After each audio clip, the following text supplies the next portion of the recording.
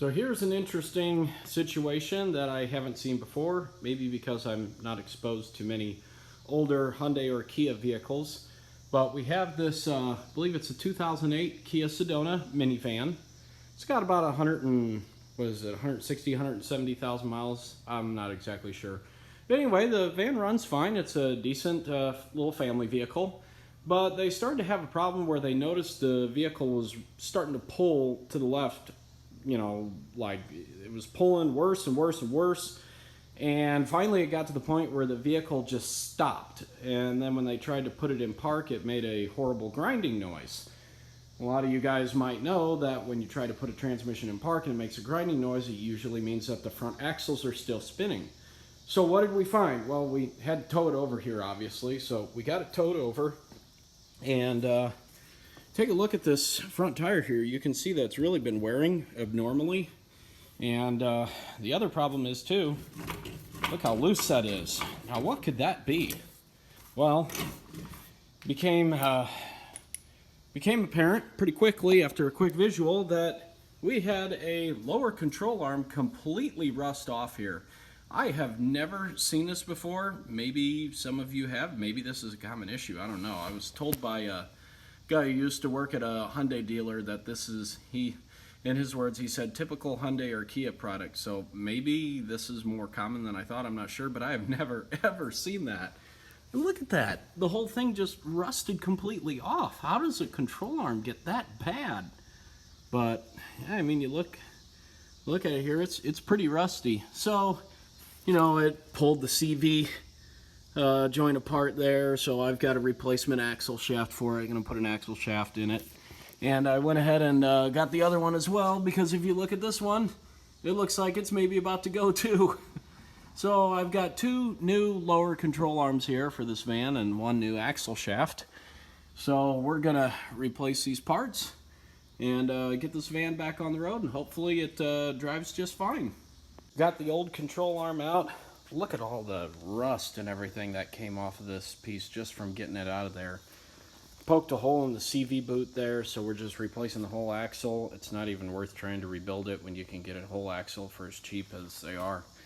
And I've got the control arm off there. You can see where it just completely rusted apart. And really wasn't too bad. Had to fight the rust a little bit. Axle shaft came out pretty easily. It was pretty tricky to get it out of the hub here, but that's what a big hammer over there is for. That knocked it right out. I got to go do the other control arm as well while it's up in the air here. And I left the parts for this vehicle in my car, which I don't have. I have a tow truck. So now I have to go back and get the parts before we can proceed. So here's the driver's side finish. We have the new control arm in place. Look at that. Nice and shiny. Brand new bushings. Got a brand new CV axle as well. Goes from the transmission to the hub out here. Control arm also comes with a new ball joint. So that's in place. And everything looks good. It's nice and tight and secure. Now we're going to go replace the control arm on the passenger side so this problem doesn't happen again. Here's the control arm on the passenger side, and as you can see, not much better. Pretty much on the brink of breaking as well. Take a little hammer here.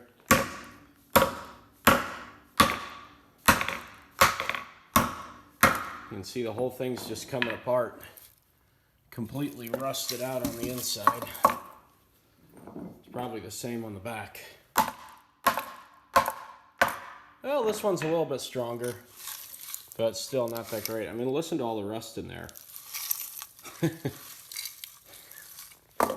It's insane. Anyway, you have a Hyundai or a Kia vehicle, maybe keep an eye on this, because that's a pretty serious safety concern. The lower control arm is pretty important. Anyway, we got our new one over there. Let's go put it on. Once you get the old rusty one out, the fresh new one usually isn't that bad to install. Start with this side here.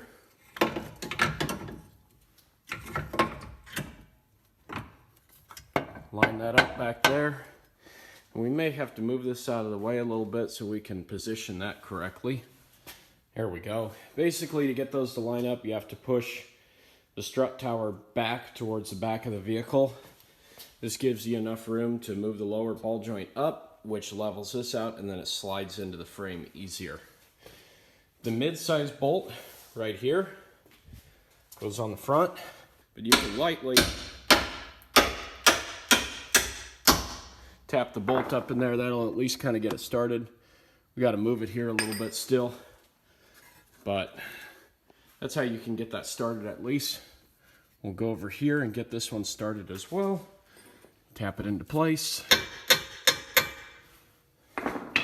Now that back one there takes this longer bolt.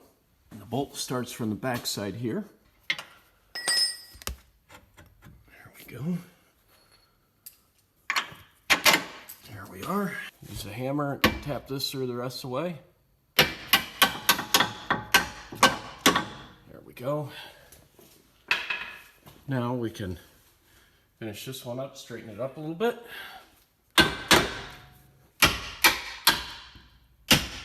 There we go.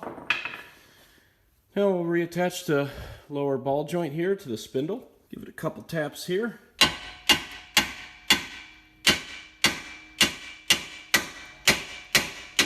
There we go. Now we're ready to run the bolt through there. Bolt runs through the back here.